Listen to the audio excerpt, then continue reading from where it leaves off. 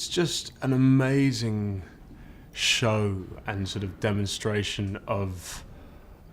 filmmaking at this period, of a clash of two cultures, of two completely different ways of working, and thrown into the middle of it is this kind of wide-eyed, naive, overly confident young man, and he's sort of he's completely out of his depth, but having an extraordinary time within that context.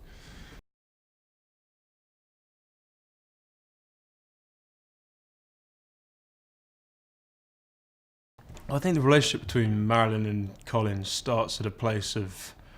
at a sort of, it's that weird thing of being so distant from someone and yet having a sort of physical intimacy, in the sense that Colin's job as a runner's job on a film set is to sort of be everywhere and everything to everyone. And so consequently, even though you're the bottom rung of the ladder, you sort of have access to everything and perhaps have eyes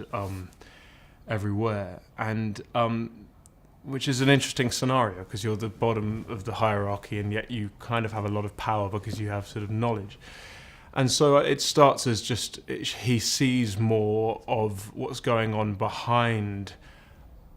the specifics that are happening on set, so what Olivier sees, than anyone else does, because he has to go and take her from the dressing room, so he witnesses what's going on in the dressing room. He has to go and collect her from home, so he witnesses what's going on at home. So he gets a more rounded perspective of the whole story of Marilyn Monroe.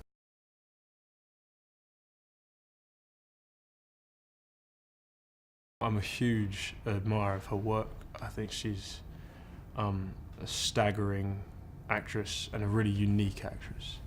And the sort of idea of brave is thrown around quite a lot in our industry, I think, but the idea of taking on that role,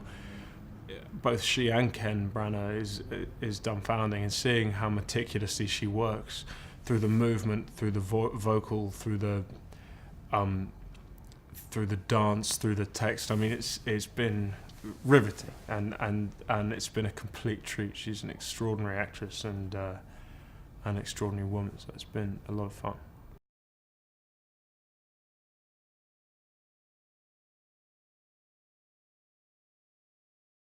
It's this huge story, but a tiny, intimate story at the same point, and he's had such a fine eye for that, and for dealing with actors with different ways of working, but for me personally, you know, because he and I have been on it from the word go and plodding our way through it, he's been a rock, and I couldn't speak highly enough of him.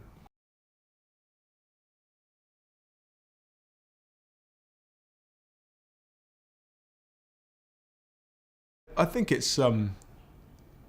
what appealed to me about the script is it has this kind of fairy tale quality of the ordinary boy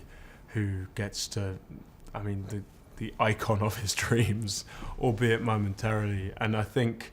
within that context, you have an amazing viewpoint on a world of the world of making films, but of this period of the 1950s, this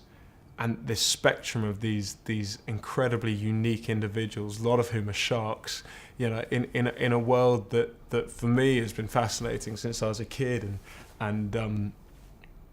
I think there has been a truth to the way it's been shot and designed, in the sense of the places we've shot at that were real locations, that, you know, members of the crew's parents worked on the job. I mean, there's a real kind of, so hopefully that all comes across.